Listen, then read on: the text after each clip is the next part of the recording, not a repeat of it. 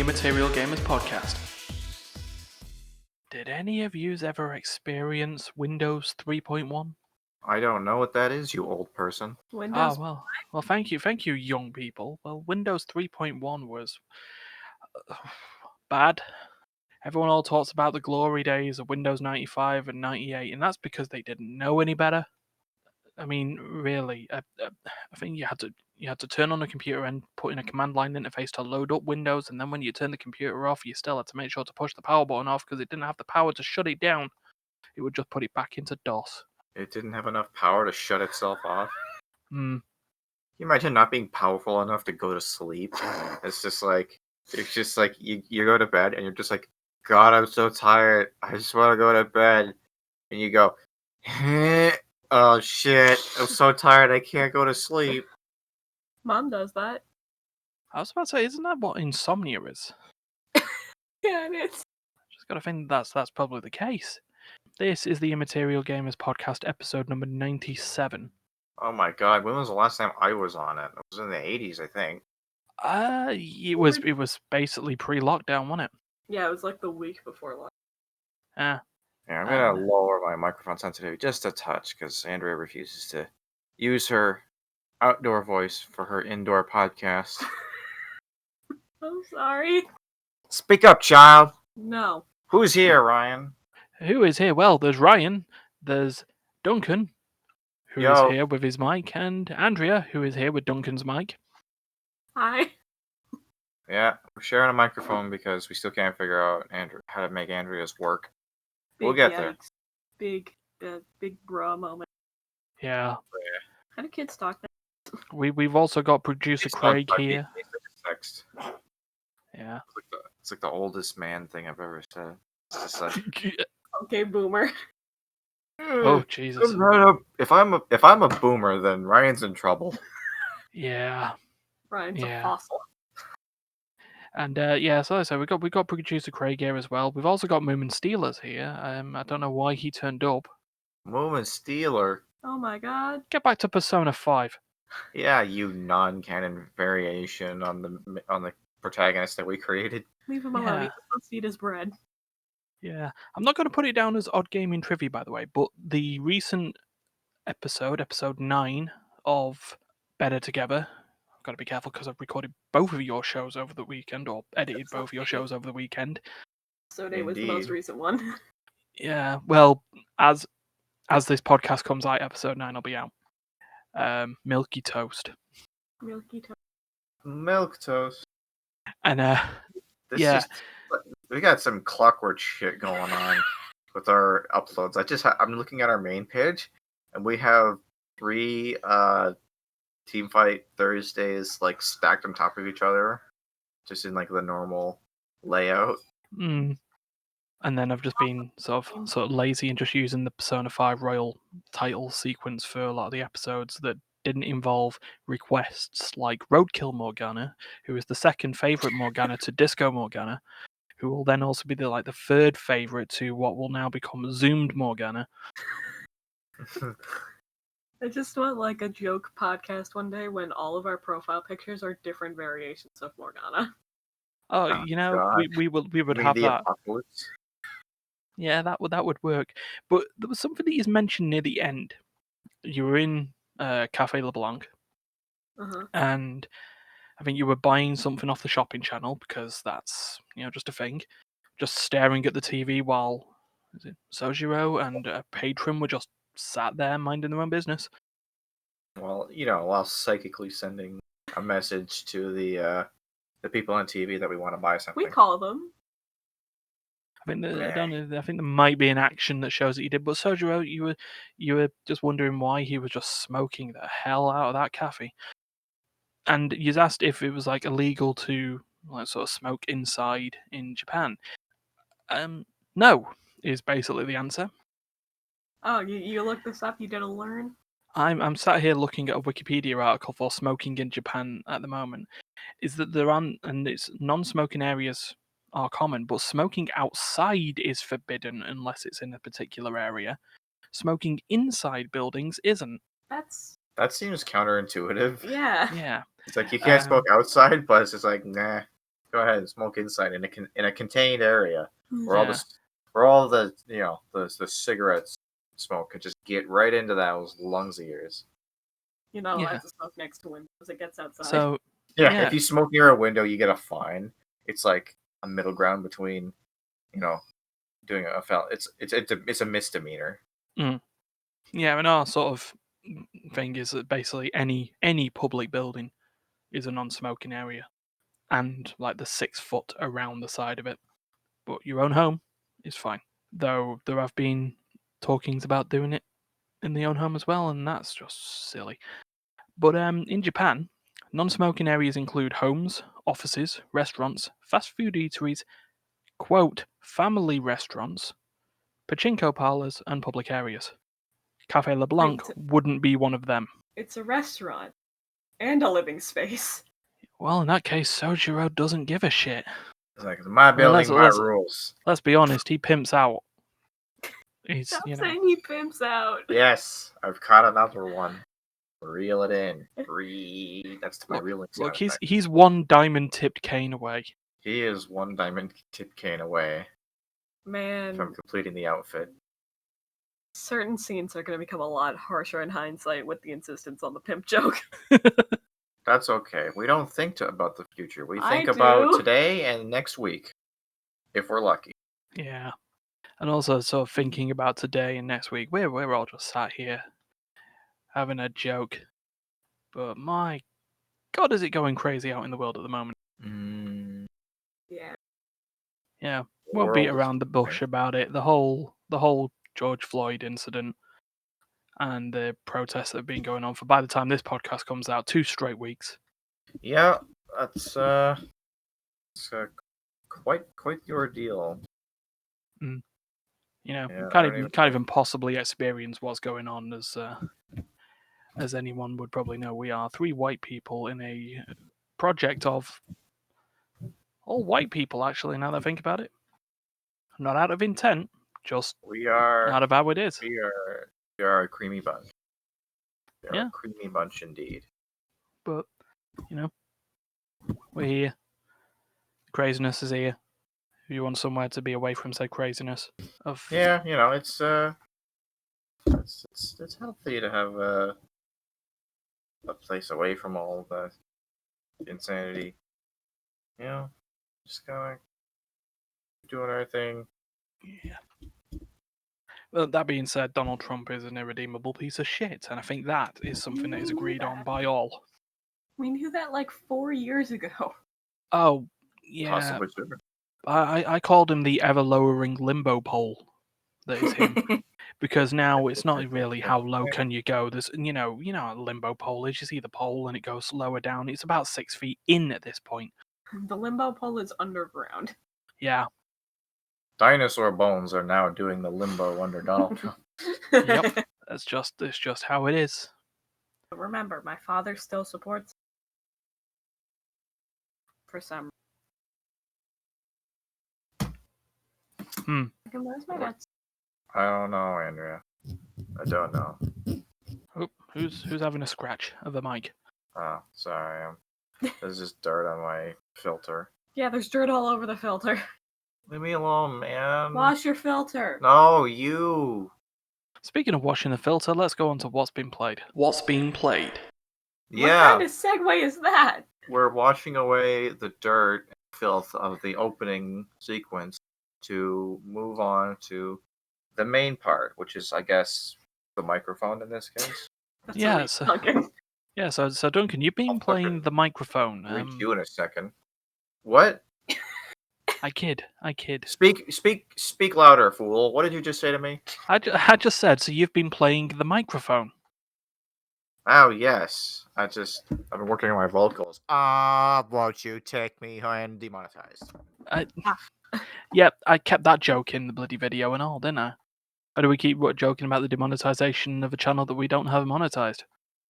Because it's funny. It's in 950 subscribers, we're going to get demonetized. I can't wait. Oh, it's going to be 1,000 subscriber goal. Get demonetized. Oh, I'm so looking forward to it. And then, like, an hour later, we're going to be demonetized. Yeah, be And like, you yeah, have, like 17 copyright strikes. yeah, you have joined the 17. YouTube partnership program. You Lowballing. have left the YouTube partnership program. It's like, damn. Oh dear. So They'll actually they'll have a bot specially set up so that it sends both emails at the same time. Like it's just one email. There's just like a break, and then it's just like, also you're demonetized. It's like, Bitch. yeah. Woo-woo. Oh, I'll look forward to that. I will make sure it's forwarded to everyone at Immaterial Gamers when it happens. It's like, guys, we made it and broke it. We made it and broke it. All right, so games that have been played, huh? That's Yeah. a thing, I guess. We Who's could talk starting? about it. Yeah, you got a few weeks worth to have a talk about. So, All right. Who's farting? And You usually. mean starting. yeah, go on. I guess I mean, I can go first. I'll get my game out of the way. Why not? It ended up on the wheel of Wednesday, and I've still been playing it.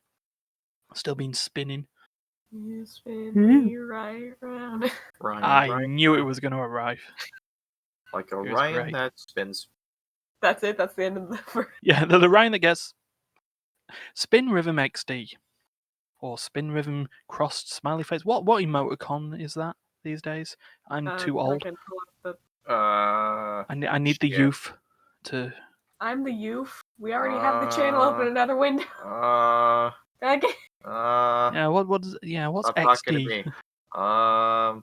Wheel It's of. XD. It's like a laugh thing. Laugh. If only I could see You're just XDing all over the Yeah, place. it's just XD. Ah. XD, guys. Yeah, so Spin Rhythm laugh emoji is a Deep. it's a rhythm game. There's no other way of going straight into it. Straight off, it's a rhythm game that uses a lot Sure of is. EDM, chiptune, and dubstep to make a pretty nice experience in terms of rhythm games. Actually, something that makes you want to sort of improve. And I mentioned it in the Wheel of Wednesday video. I enjoy sort of how the game works. I'll just go back to the beginning of it. Simple premise of any rhythm game: score points, survive song, feel happy. It's a decent 6-word gameplay loop. Gameplay that is synced to the rhythm of a song. Yeah. That's probably the easiest way to explain what a rhythm game is. Mm-hmm. Oh, I love Parappa the Rapper. Oh yeah, that word. Parappa the Rapper was cool. Jamalami, I don't know. Guitaru Man, absolutely batshit insane. Spin Rhythm XD, good way of dealing with difficulty, because there's a thing that can happen with rhythm games. Sometimes they can be too easy on the early difficulty levels, and then you get to the middle difficulty levels, to the harder ones, and it becomes, oh great, arthritis is in my future. Thanks, I hate it. Kind of like yeah. Yeah, but this game takes difficulty and puts it in a good place, I'd say. So the first sort of part about it is each difficulty level will add a new thing that you need to do in order to score the points and not die. So like the first difficulty level will just be as simple as spinning this little wheel, which you do with either the mouse or the left stick or a DJ deck if you've got a MIDI controller. Yes, you can use DJ decks and MIDI controllers in this game. Right, but can you use DK bongo controller? If there's a way of doing it, you probably could. Are those real? Is that like a What, Donkey Konga controllers? Yeah. Oh shit. Yeah. People have used them to play Dark Souls. So, yeah. Yep. People have also used bananas to play Dark Souls, so I don't know what's going on anymore. GTA's being played with a Rock Band guitar. So Dark Souls is like the quintessential hard game, right? Yeah, it's what people go to in terms of when someone says difficulty in video games, they'd refer to Dark Souls or the Souls likes, and then using a Donkey Konga controller. Yeah. Anyway, what were we talking about? So yeah, I think we were joking about Dark Souls and stuff, weren't we? And that people who use Donkey Konga controllers in Dark Souls decided that the game wasn't hard enough. So I mean it's just as it is. But in terms of spin rhythm, the difficulty on this is, like I say, it's based on what it gives you. So the first things you'll be involved with on the very, very easy mode is catching the beats, which is basically just lining up this wheel that's got blue and red segments on it to the blue and red beats that appear on the side or on the pathway, because every rhythm game has a pathway, a corridor, a tunnel, a conveyor belt of beats. Often, yeah. And then you've got your actual beats, your taps, which are little square things, and they're also color coded. So not only have you got to line it up, you've got to push the tap button at the right time. Then harder difficulty levels will introduce like a little green bar, which is a beat, and you have to push that. And then the spinning, which is just flicking the stick or the mouse or the DJ deck in the right direction based on the right color. And it implements those on each difficulty level to make sure that you're not overwhelmed at each given step. The other bit that it does on that is it only gives you parts of each song based on each difficulty level. And if you want to play the full song, you have to get good, son, because you're not going to see that until Expert or the recently added XD mode. It's called XD mode because the game is literally just making fun of you at this point. Yeah. He thinks he can do this. What a silly boy. Oh, what's this? This guy's got 2 hands. Does he think he's really going to get through this? Well, you need to be at least an octopus to play this game. Oh, I've been tempted at one point of just seeing what it would be like to play with a pad in one hand and the mouse in the other and try and use both control schemes at the same time. And then I realised I need to actually get good at it first. Get good, scrub. Reminds me of that crazy Pokemon challenge that I keep wanting to do. Well, like the Nuzlocke stuff. No. The oh no, your 16 games in 16 screens challenge. Well, no, it's 9 games on one controller is yes. the thing.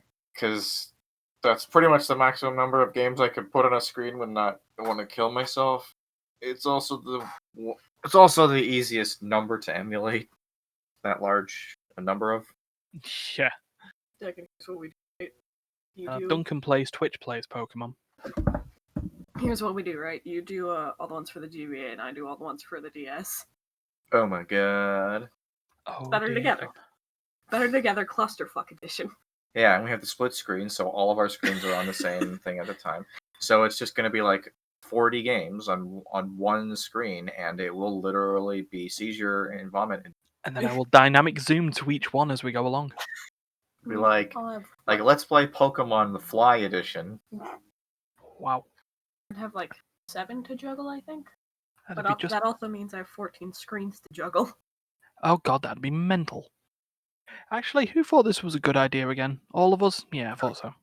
We'll say it's Craig's idea, and it's all fine. Indeed. And then he just stops recording. He's done it to me before. Now, no longer recording. Oh, he just leaves. He just pisses off. He's done that twice. Once with me and D in a game of Disco Elysium, and the other, I think it might have been during the room recording. I'm not too sure. He just in the middle of it, just fucks off. It's like, I'm tired of this. Bye. Well, they call it an Irish exit. Hey, yeah, Ryan. Hello. When you guys finish up with the room games for recording, you're gonna play the Flash.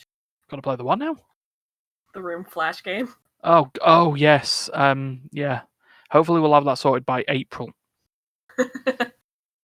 Remember, it's took us a year, and we've managed to finally get a room so that we can play the Room VR.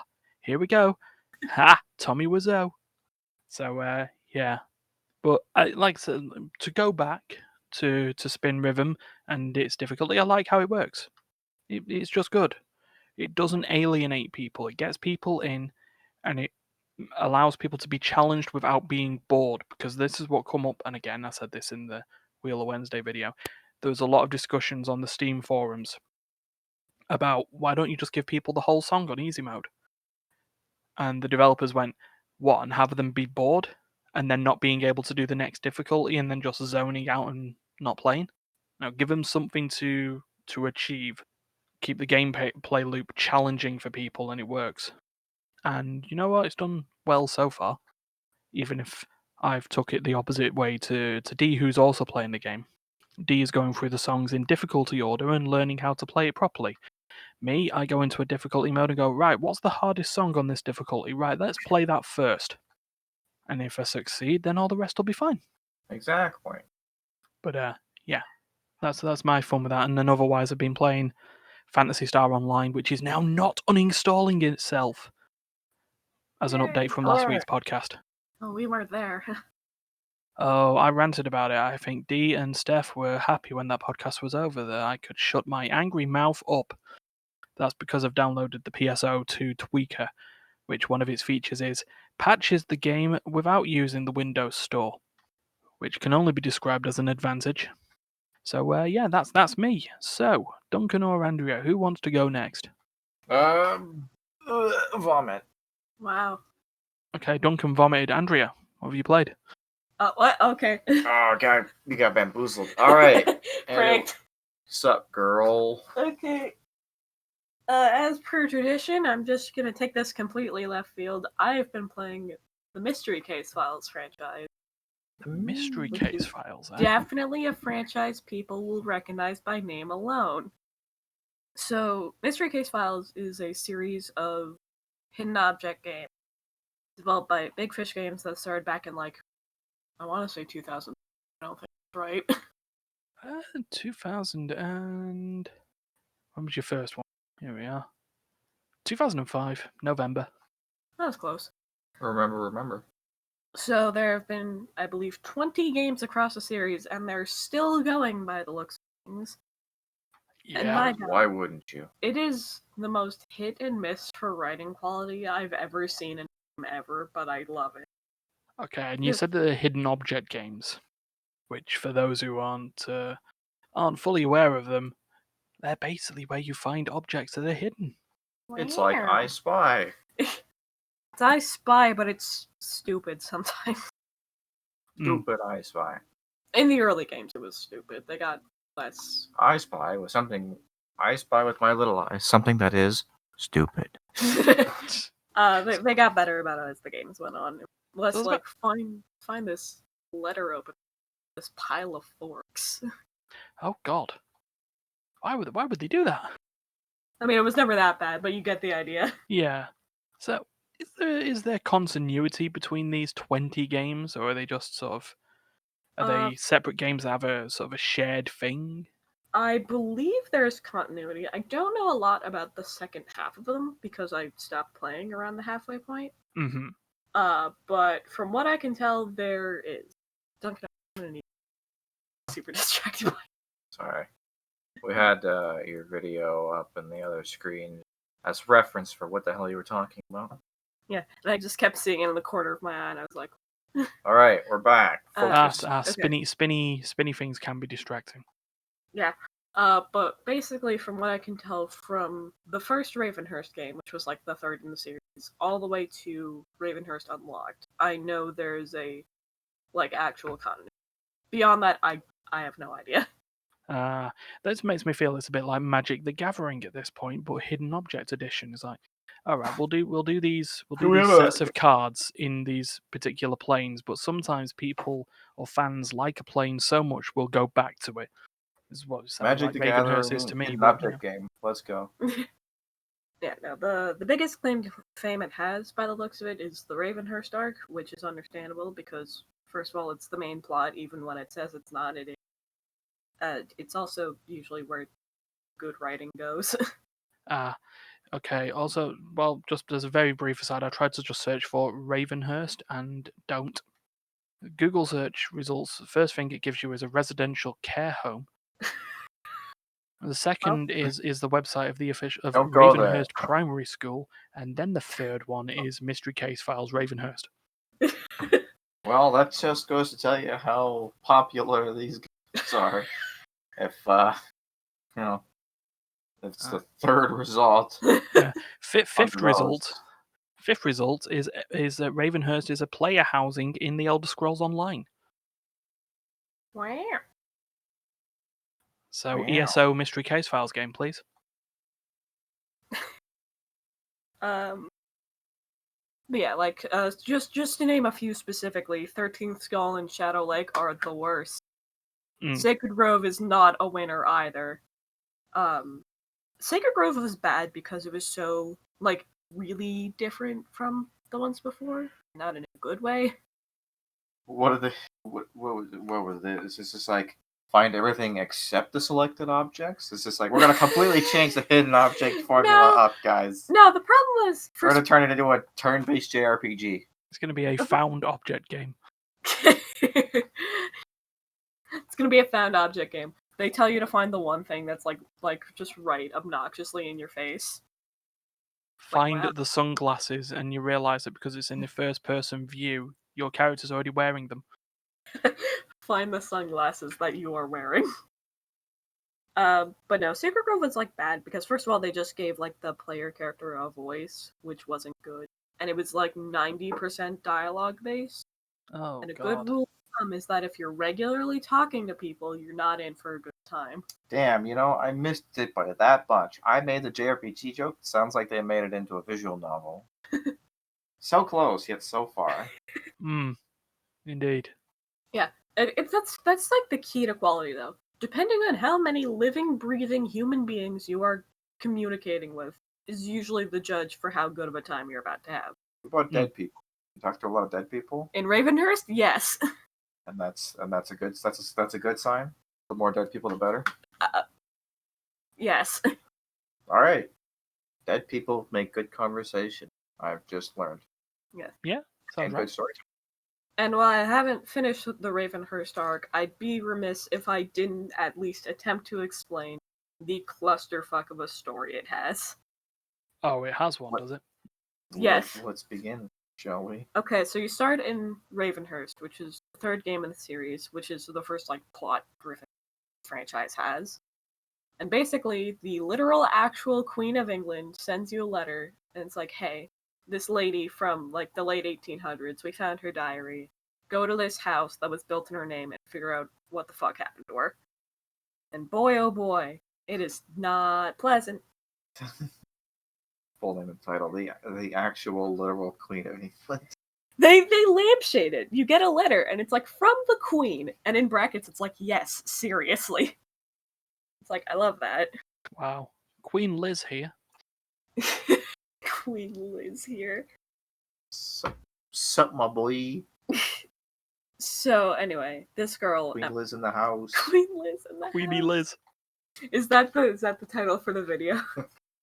Queen Liz here. Yeah, so basically what happened was Emma Ravenhurst was a teacher who went to immigrate to England to teach better, basically. Okay. She was originally from Iowa, maybe? Yeah, they don't speak English so good there, so they have to go to the source. She was from the US, that's the important part. Mm. While she was there, she met this guy named Charles Delamar. Remember him, he's incredibly important. Okay. So after a while, they're kind of into each other, and Charles is like, hey, wanna get married? And Emma goes, no. So Charles takes it. Well, every story that involves a man asking a woman to get married and the woman saying no always ends really well, and they just totally understand, and they decide that they're gonna take their time. They're gonna put it off for a few years, or maybe they'll just stay really good friends. Well, that's what Emma thinks is gonna happen, actually. And then Charles is like, hey, I'm gonna build a house in your honor. And Jack? she's like...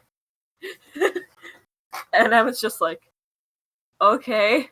Keep talking, I'm gonna get water. Okay. So, builds the house. It's great. Someone dies while it's being built. Mm. As you do. And Emma's like, well, that's concerning. Yeah, I was about to say, I don't like any houses where there hasn't been at least one fatality in the building of it. Anyway, after a while, she gets a note from her father who's super sick, and she's like, I gotta go home. This is bad. I need to make sure Dad's okay. Except then she also gets really sick. To the point where she can barely write in her diary. And Charles is like, hey, look, just live in this house that I built for you. It'll be fine. I'll get some help. It'll be great. Oh dear, I don't like coercive control. While I was getting water, I don't know why, but for some reason it didn't occur to me that once I left the room, I wouldn't be able to hear Andrea anymore because she's muted. Yeah. And I can only hear her because she's in the room next to me. So when she left, as I'm pouring my water, I just hear the isolated audio of Ryan going, I don't like any houses that don't have at least one fatality in them. I'm just like, I don't know what the context for that statement is, but it's really funny. Anyway, continue. So basically, Emma starts living in this house, and there's this lady, Rose, who also starts living in the house to, like, help take care of her so she doesn't die. Rose Tika? Rose Somerset. Summer Rose. Oh my god. Delicious crossover. And then after a while, Rose is like, hey, buddy, I just so happened to notice that Charles has been putting poison in your food. We should probably go. And Emma's like, oh, okay. All right. Yeah, let's get out of here. And then Charles killed her. Charles. With an axe. Which one? Both of them? Or? Oh, wow, that escalated a little. Well, you aren't supposed to know, but in the first game, all you know is that he killed Emma. And then Return to Ravenhurst happened, and you realize, yeah, he also killed Rose. What a dick. Yeah? Trust me, you haven't seen the half of it. We only went through one game. Never move into an assisted living home that is manned entirely by one guy that you rejected earlier in life. Oof. Yeah, so, That's a bad call. Yeah. So, the next game, Return to Ravenhurst, is basically exactly what it says on the tin. You come back, because, you know, releasing one ghost on the world wasn't enough. You needed to release 3 more. Oh, of course. So, Emma's like, yo, dog, I'm a ghost also. Yo, dog, there's still souls trapped in that house. Do you mind giving them thanks? And you're just like, okay. Your hint, specific. Chop it off.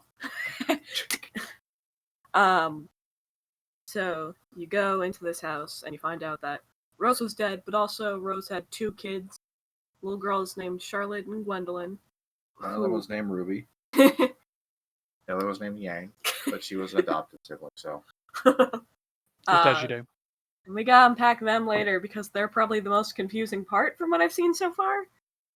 Basically, you go around, learn that Charles had like this dank underground facility beneath the house where like Rose and the kids were forced to live. So you release their souls, find out that the twins have a brother, not necessarily older or younger, they don't elaborate because they're dead. And his name is Victor, who is still alive and is also an old man. Considering the fact that the game takes place in 2008, I don't know how this works. When did these events take place? In the late 1800s. Well, that doesn't seem right. It's like, oh, Victor, I'm 130 years old. Yeah. Yeah, that's what he sounds like. How do you know? Because I'm him. It just I seems to be I the am thing. Victor. Oh my god. Who is it? Stop. Who is it? It's not being recorded. It's just a feedback. Yeah, we're not doing the infamous webcam edition for another 3 weeks yet. Jesus Christ, it's only 3 weeks. Andrew doesn't even care the fact that it's not being recorded. She just doesn't like seeing her own face. Hey Max, how you doing? Just hanging out. Hanging out in the corner. Dead. That is a doggo. Hi. Alright, anyway, stop playing with my webcam. Yeah, Amber, okay. you're in my spot. Well, I mean to just give you that. And, yep, that's right. That's a ceiling. Wow. Glorious ceiling. And then there's some homeless guy who seems to have taken over Ryan's spot. Hi, Ryan. Hi. So anyway, yeah, I'm not messing with my camera either. There we go. Off that goes. Alright, but yeah, so Victor is just Andrew died again. Oh. Fuck me. Back in you go. She's back. Alright, someone else can take care of that. Alright. I'll just shove the user back in the channel every now and again. So Victor's 130 years old. Yeah, still alive, helping his father Charles, who is also alive, except this one gets explained to us. Huh? Wait, so we got like a 100-year-old man helping his 130-year-old dad be alive? Yeah. Wow. This is... So basically, Charles had like this other underground contraption where he's basically feeding off the souls of Emma, Rose, and the 2 girls to stay alive forever. Well, at least they tried to explain it. Yeah, except with no ghosts because you freed them all. He's just like, bro, what the fuck? Bruh. And then you make the house explode and it sets on fire. And then Oh, you're sweet. like, Trivia wow! murder party. I was literally about to mention Trivia Murder Party. It's just like, that is 100% the end of that game. And then you're like, Wake wow. up. Imagine if you get imagine if you get this special ending where the house is already exploded and then it explodes back into existence. Well, actually. Oh no. Let's do the time. Why do I feel So- this is where Ravenhurst Unlocked is going? I don't know. I haven't played Ravenhurst Unlocked. We have Escape to go through still. So basically, you're probably thinking, oh, well, the house is on fire and all the ghosts are freed. That's the end of Ravenhurst, right? That seems pretty conclusive, if I'm gonna be honest. Pranked. It's not, because Charles is still alive. Oh my This time god. he's just feeding off of the flames. And also looks completely different to how he did last time. It It's looks an imposter. I'm looking at the Or a body double. Mystery Case Files wiki here. After encountering Charles, who appears from a TV-headed automaton. Yep.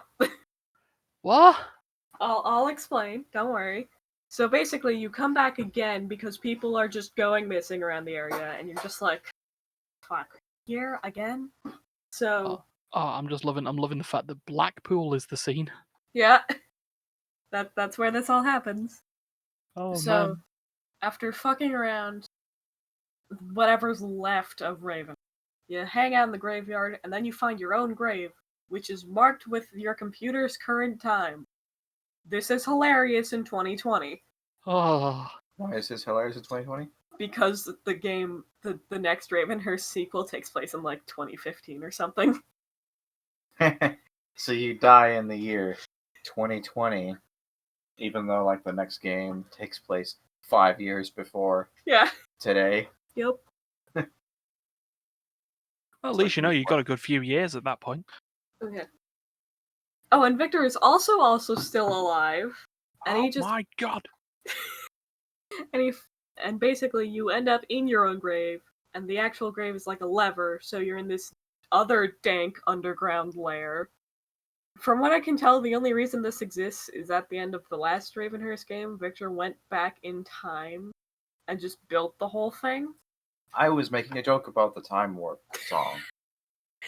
So he built this dank underground thing because Charles was like, hey, maybe if you understand my life, then maybe we can just get along and you'll let me keep feeding off of these ghosts that are back here because you brought them there. Thanks.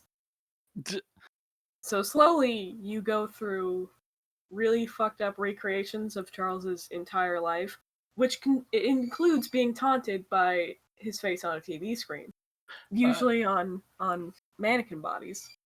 Oh, good.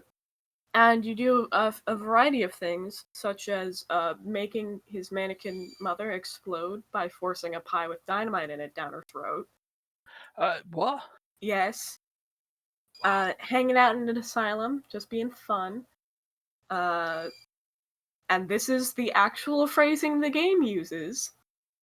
Also giving birth to Charles. Which in reality is getting mannequin baby Charles out of his mannequin mother. But they phrase it as giving birth to him, which makes everything more uncomfortable. Because the penultimate area has you, like, actually genuinely getting married. Wow. So then you go into Last Door, which has just a second Ravenhurst in it, I guess. And also Ravenception. And a bunch of people just, like, strung up. It's like, oh, there's all the missing people that I think the game forgot about for a while. Or didn't, I don't know. Then you find everyone. Oh, also, Emma and Rose and the girls, when they were ghosts, they got dragged into this weird-ass water. And when you drain it, they're alive.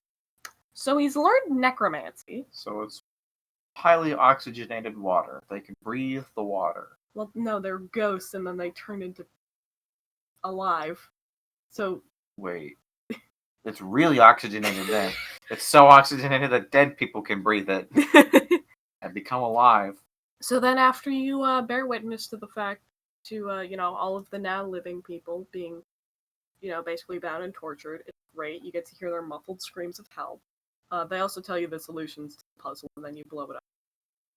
Yay! Blow it up again. Except then they decided the story was too simple. What? We going full Kingdom Hearts on this shit, or? Yeah. Oh no. So When you walk away, you don't hear me say. good. I'm out.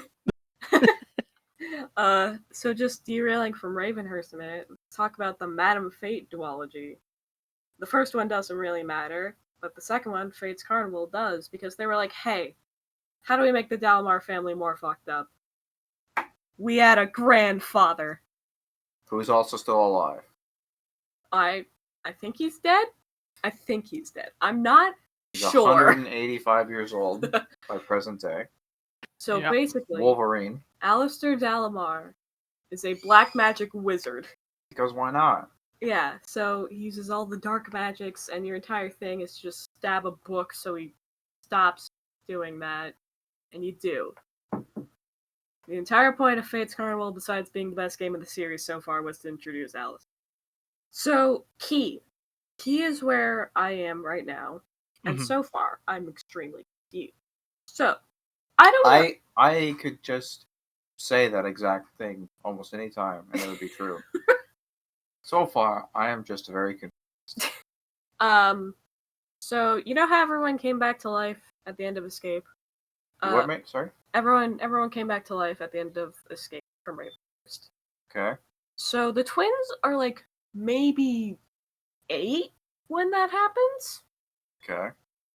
But remember, Key takes place in like 2015, 2016.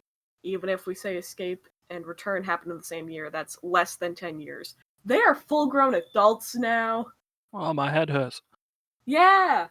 Also, Charles and Victor are like dead for real this time. You see their skeletons and everything. Thank God. How do we know it's their skeleton?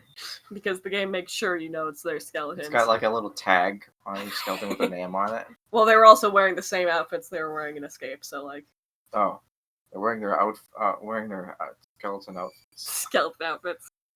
I was actually kind of bummed out, though, because, like, Charles is so hammy and great in Escape, at the very least, so I was bummed out to see he was, like, gone for real. There's also this other guy, Benedict Caldwell, who needs justice. He's having a bad day. Wife, who's one of the twins, is, like, high-key abusive to him.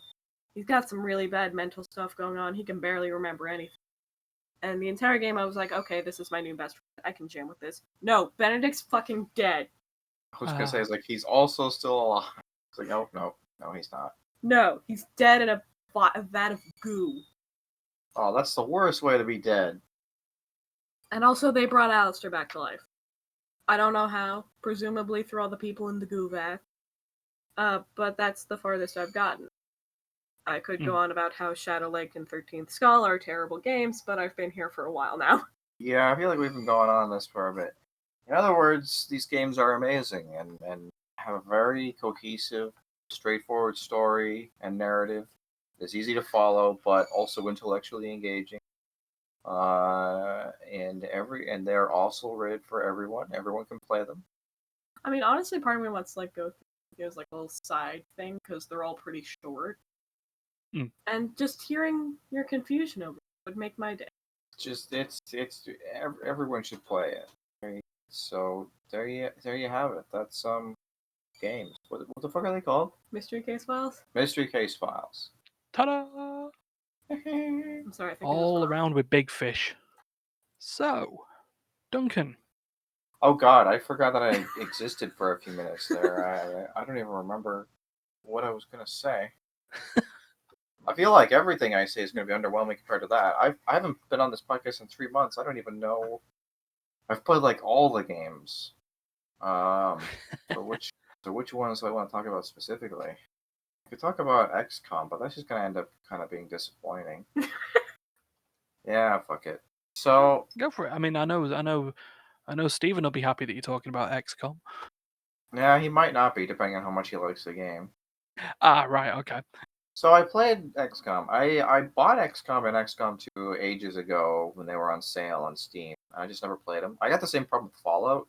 I bought the whole Fallout collection for like $60 or something on like a crazy Christmas sale or something. Yeah. So I own them. I've never played them. I've never opened a single one. XCOM I played for like 14 minutes or something after I first bought it, and then I just left it alone. As you did. And so I decided to come back to it. Because I was kind of like, man, it's been a long time since I played Fire Emblem. And I remember XCOM being kind of like Fire Emblem, except like sci-fi instead. So like, yeah, maybe this will scratch the Fire Emblem itch in the back of my brain. You still have the ability to fire. At the time, I did not have the ability to play Fire Emblem. Okay. This is before I got my Switch. Okay, fair enough. So I loaded it up and I started playing it, and at first I'm kind of like, oh, this is kind of fun. You know? I think the thing that made me want to play it was the fact that was the Let's Play of the Achievement Hunter guys doing the Gears of War XCOM type game, Gears of War Tactics or whatever it's called. And I thought, oh, that looks fun. I wish I could play that game. And then I was like, oh, go play XCOM. So yeah, I played XCOM, and I will say there are definitely differences between that and like a Fire Emblem game, for example. For example, everyone has like a big range in that game. Like you can theoretically shoot people from almost across the map in XCOM, provided that you have a clear shot. But you know, your RNG. accuracy tends to taper off pretty quickly. Yeah. So yeah, it's also different from Fire Emblem because in Fire Emblem, you have the permadeath mechanic, which is kind of iconic for the series. So when you're dead, you're dead. Indeed. But you really don't. But if you're like a really like anal Fire Emblem Fire Emblem gamer, you like every time. As soon as anyone gets knocked out, you're like, I'm going to reset. Yeah. I'm not losing this person. This one must live. I do that with everyone, even except sorry. But with XCOM, it's like that's like a completely unrealistic expectation. Because these are soldiers and they are disposable and they will die whether you like it or not. Mm-hmm. So yeah, it's just like literally you will be perfectly set up, everyone's in cover, no one's near anybody, the enemy's turn will begin, an alien will drop out of the ceiling 4 feet from your favorite guy and just blow his head off in one shot. And that's the XCOM life. That is what it's like to be an XCOM player and an XCOM soldier at the same time. Oh no. So it's like, yes, people will die. You have no control over it, or you have limited control over it, unless you've already played the game and you know perfectly exactly what's going to happen every turn. And I do like that, to their credit, they get you ready for that. In the very tutorial mission, you play as like 4 people, and 3 of them die in the tutorial. Yeah. They demonstrate the disposability of these people as the very first gameplay mechanic you're introduced to. So it's just like, oh, I wonder what's in that building. Walk up to it. Oh, there's some dangerous stuff there. Maybe you should get in cover. Gets in cover. Hey, is that a bad guy? Blows up by a grenade. Gets shot in the head by a laser rifle. Also explodes by a grenade. Yeah. One gets hit with a laser rifle, then explodes with a grenade. Yeah. It's yeah. They do not mess around. It's like, don't get too emotionally attached to these people. But so that's kind of okay. I don't mind that. As far as, but I don't know, something about it. It just doesn't quite catch me the way that Fire Emblem does. The fact, part of it is that like there's no like personality to it at all. Like everyone's just generic soldier man. Yeah. Which is kind of like, okay, well, they are supposed to be like an infinitely disposable army of soldiers. But then you've got you'd have all your, lack of a better word, specialists at the XCOM base or wherever you are. Do they like stories not line up with anything? Well, yeah, they're okay, but they're just kind of they're pretty generic. Just like cookie cutter type people. Like they all there's not much personality to your like commanders or whatever. So you're playing a bad guy team in Fire. Yeah, pretty much. Nope, a bad guy team in a Fire Emblem game that isn't houses. Yeah, exactly.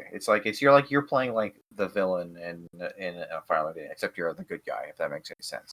This is in the sense that all of your guys are nameless, faceless losers who are just here to die and occasionally get killed. Cute. And inevitably, because every attack is chance based, you will always get in that situation where 14 of your guys are standing in front of one dude who's in partial cover.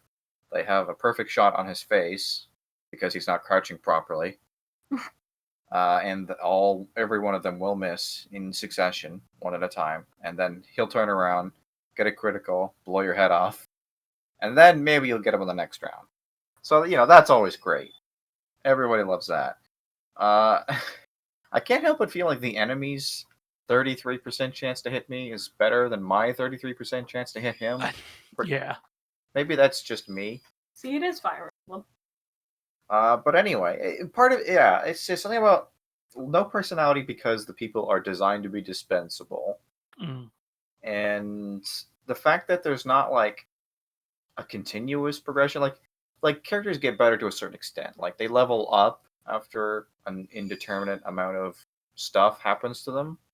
Whether it's missions or kills, I don't really honestly know which is the indicator that makes them level up. And they'll get health and they'll get some new abilities and it's all cool and all.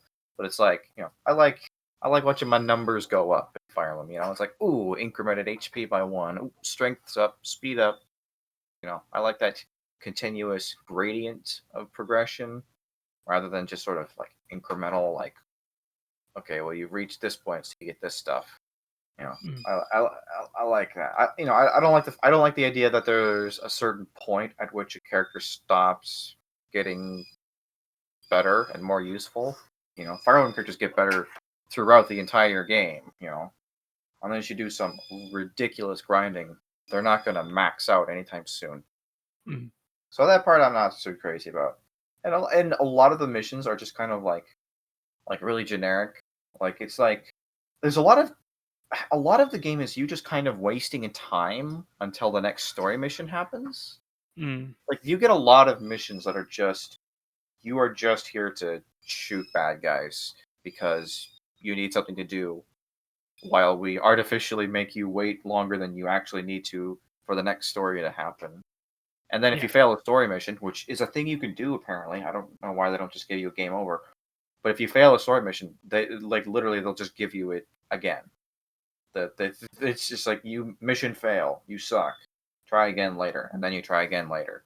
And I don't know why they don't just make you restart the mission or just like start it. I guess the idea is like, oh well, maybe the reason you lost is because you went in with a shitty fighting force, so they give you a chance to make a better one. But usually the reason I fail a mission is because the VIP was in perfect cover, and then 19 fucking aliens just drop down in front of them and surprise, just slap him, motherfucker, and just slap him in the face while he's in cover. So that's usually the reason why I fail the missions. Yeah. So yeah, it's just a really kind of odd presentation, and I don't know, it just doesn't quite have the same appeal to me as a Fire Emblem, as a Furblam. Oh. Maybe that's just because I am a weeaboo. But weeaboo. You're a 10 no pretty anime boys. Weeaboo ambulance. But yeah, it's not quite my cup of tea. I don't know that if I will be continuing. I do not know that I will be continuing to play that game. Do I live? You live now. When I picked up my microphone to do the weeaboo bit, the cable came out of my microphone. And it went. But I fixed it. Went bye-bye. Okay, all fixed. Fair dues. All things you buy go better. What? Second that. Yeah, third that thing. Right, so we've been going for a bit, but there's something I wanted to talk about before we left. Okay. It's a little bit of news. News time. There's the bigger bit of news that Terry had posted earlier on in the week, but everyone's seen that, and that's bad news. Okay, very, very briefly on that. Take Two are yes. Everyone scumbags. has seen this news that Oh. Terry Put a posted YouTube video in the general channel. Oh, general. Right. So Yeah, not- that'd one be in the why. general channel, the one that I definitely saw from Terry, Oh, that one. and Yeah, so it's a very. It's one I'd probably want to go back to and talk to at another time, to be honest. But very briefly, Take Two are arseholes. Turns out, long story short, the original developers of the sequel to Kerbal Space Program was a company called Star Theory. And word was they were trying to negotiate a new contract with Take Two. They failed to do it, but said they'd come back later and they'd try again. What then actually happened was that some of the developers of Star Theory were getting LinkedIn messages asking them to join a new studio called Intercept Studio that was part of Take Two, and were working on a game called Kerbal Space Program 2. Warning signs everywhere. wow.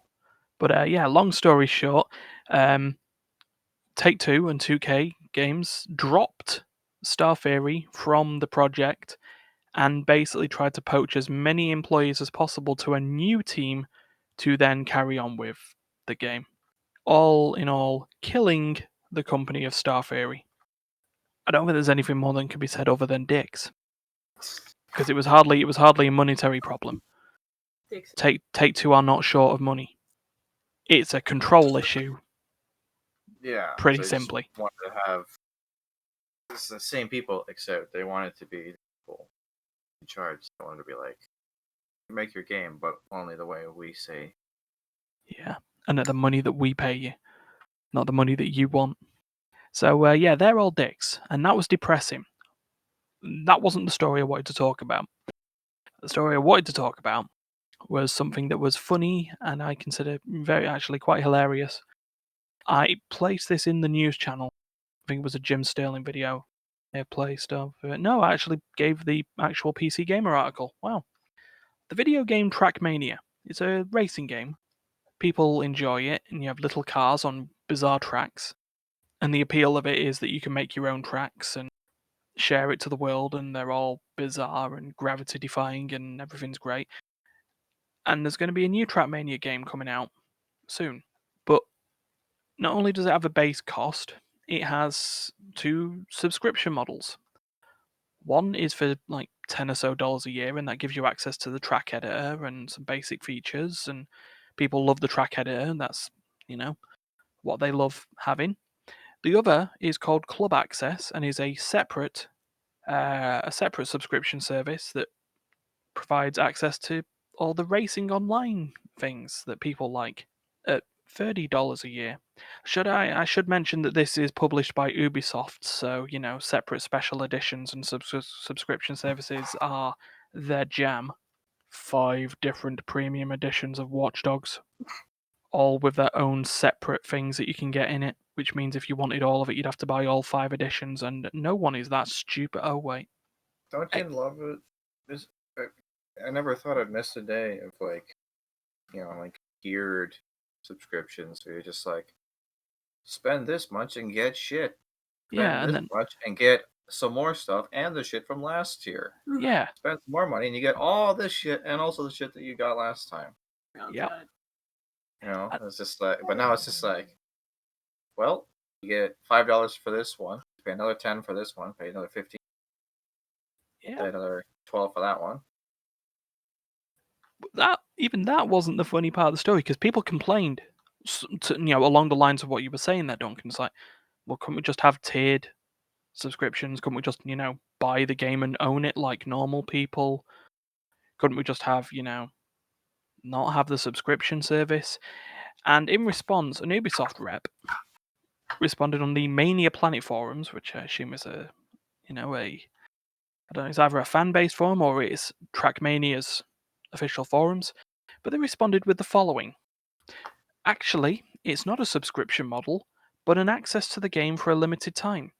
You pay for having access to the game for one period, and that's it. When the time is over, you have to buy the game again for the time that you want to access it again. That's right, ladies and gentlemen. Ubisoft went all surprise mechanics.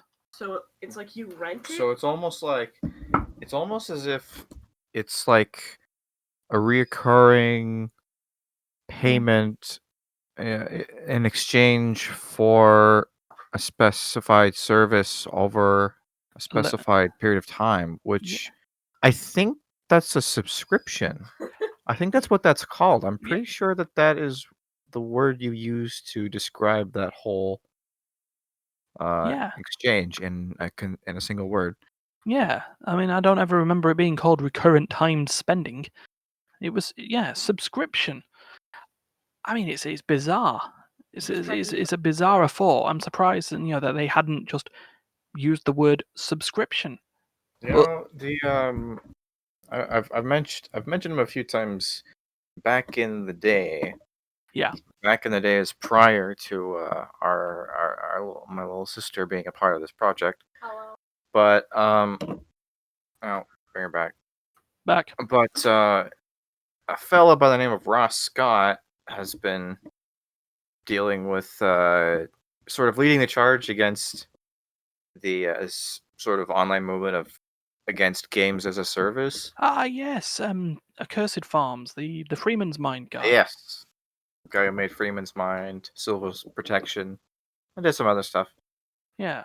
But yeah, he's been fighting this battle for a long time now. Mm-hmm. At first it was kind of like, at first it was like, okay, technically speaking, a video game is a product by every legal definition that exists in Europe, in North America, and in Japan or Asian areas. Every generally accepted definition of what a product is, a video game meets that definition. Therefore, the idea of giving people a game, selling people a game that is dependent on access to online services, which becomes non-functional and non-playable the moment they turn off those services, that is technically fraud, because you can't sell somebody a product that they will not be able to use indefinitely. Yeah. Like you could sell a person an iPhone and say, okay, this battery is probably going to be worthless in 2 years. And that's fine, because if you can replace that battery, the phone is otherwise completely functional. Mm-hmm. Or if you just take really good care of that battery and make it last a really long time, it's fine. So planned obsolescence is okay, but making a product that that you will, at some indeterminate time in the future, will be non-functional is illegal, technically. I.e. a phone with a sealed case that you cannot replace the battery with, and yet you'll still know will die within 2 years' time. Well, like, let's say if instead Apple released a series of phones where, it has, some device in it next to the battery, where whenever Apple felt like it, whenever Apple decided that they didn't want you to have access to that product anymore, they could just push a button. Oh god, a kill switch. Just kill switch and just deactivate all of your phones. It's like, okay, well, we're no longer supporting that phone. Go buy a new one. That's basically what a lot of online games are. A lot of modern video games in general, even games that aren't online, sometimes have this feature built in. So that's kind of where he started on this whole thing. But it's just kind of evolved into a much bigger issue, where it's just like, now that people are kind of like catching on to that and realizing that game companies morally and legally owe people more than they're giving them, and that if they continue this pattern, that legal action can and will be taken against them with good merit. They're kind of like changing their tactics a little bit. Like, they're not changing their practices, they're just changing the way they approach them, where there are now way more games that are just straight up subscription services. And they're talking about like video game like rental things, where like you don't, or what is it, game streaming games streaming games Yeah. where you basically just play for a game for a limited period of time and never actually own the game. And those forms of gaming are services legally. So to offer them and treat them the way that they currently treat them, there's nothing wrong with that legally. So if that becomes mainstream, then the games as a service crowd basically dies on its feet. And so he's kind of been at odds with that for a while now, where he's just kind of like, I don't really know what to do now, because if this is going to be the future of gaming, it's just like, do I want to keep playing video games? It's like, this seems like a terrible model. Yeah. For the industry to follow. Yeah. And I'm just seeing echoes of that. It's also a lot of. He also points out there's a lot of like disinformation being put out by companies. Basically just telling people that an apple is an orange. It's just like, oh no, we're not committing fraud. We're not offering games as a service. We're offering games as a recurring, incremental Yeah, it's gaming product. Yeah, thing. changing the term of something to a different term while maintaining the Inventing same new thing. unsubstantiated definitions for a thing that already has a definition that they don't like is basically a big part of what they're doing. Yeah, to basically keep people, quelled. Microtransactions. Loot boxes, surprise mechanics. Yeah, classic becomes a recurrent user classic spending. meme example. Yeah, exactly. I think we had like a whole joking segment about this actually one time, I think we did, an oddist or something. Yeah, we had an oddist alternative ways of saying loot boxes or something like that, and various other like gaming mechanics that are becoming toxic and mainstream.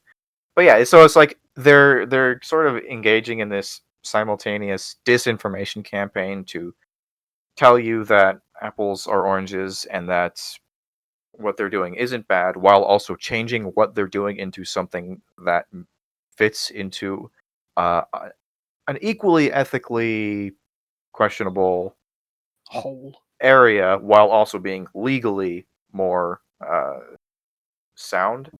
Yeah. While also increasing, maximizing dim profits. Yeah. Yeah.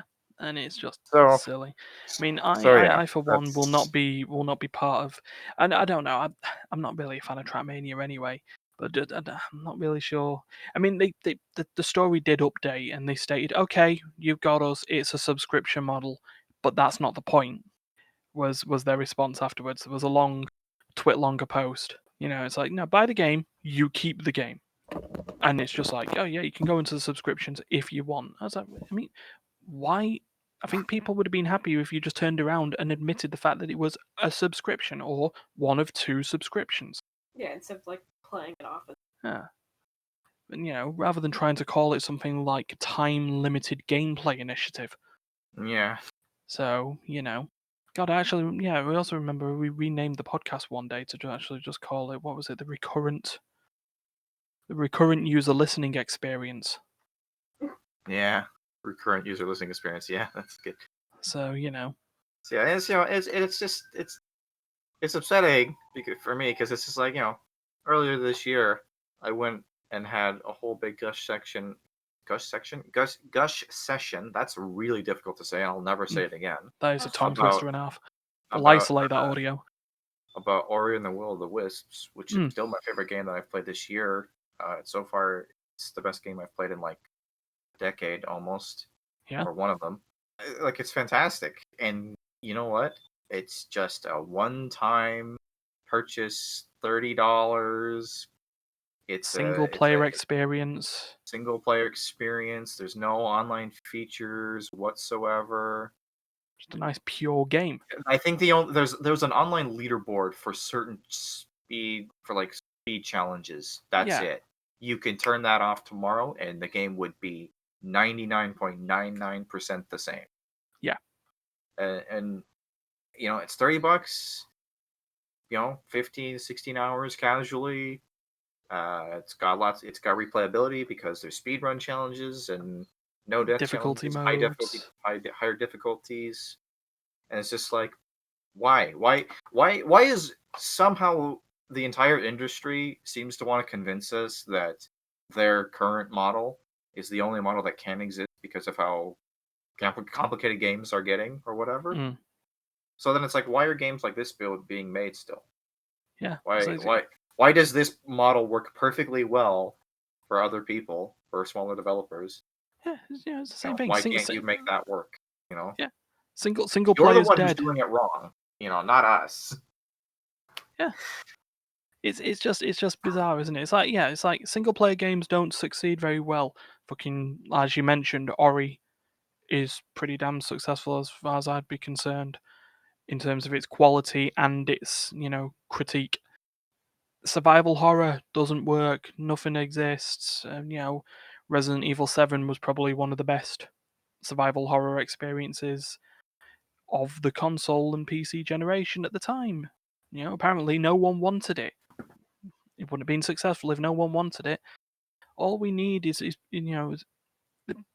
I think it's just this whole case, and especially as well as every company wants some games as a service gold mine. They will lower the bar between each other to try and get a slice of that pie. And the problem with games as a service at the end of it is that it devotes the most. A live service game would devote most of your time, and you're only limited to there's only so much time in a day. Yeah. You know what? Video game companies should have never gone public. None of them should have ever gone public.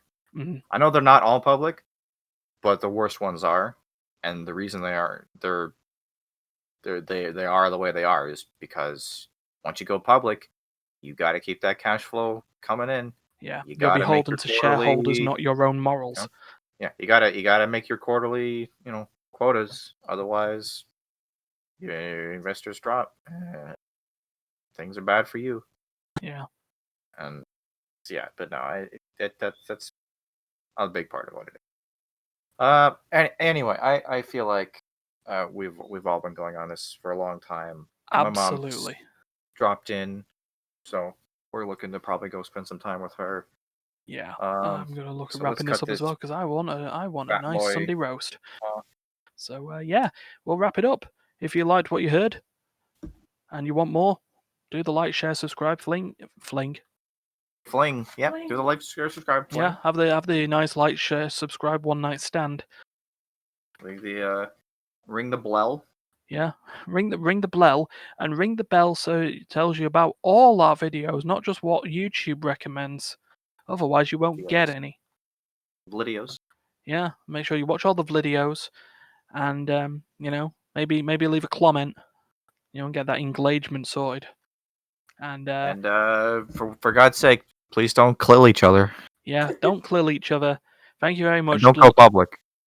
Yeah, don't go public. And thanks, Andrea and Duncan. And I've been Rylan, and we'll see you next week.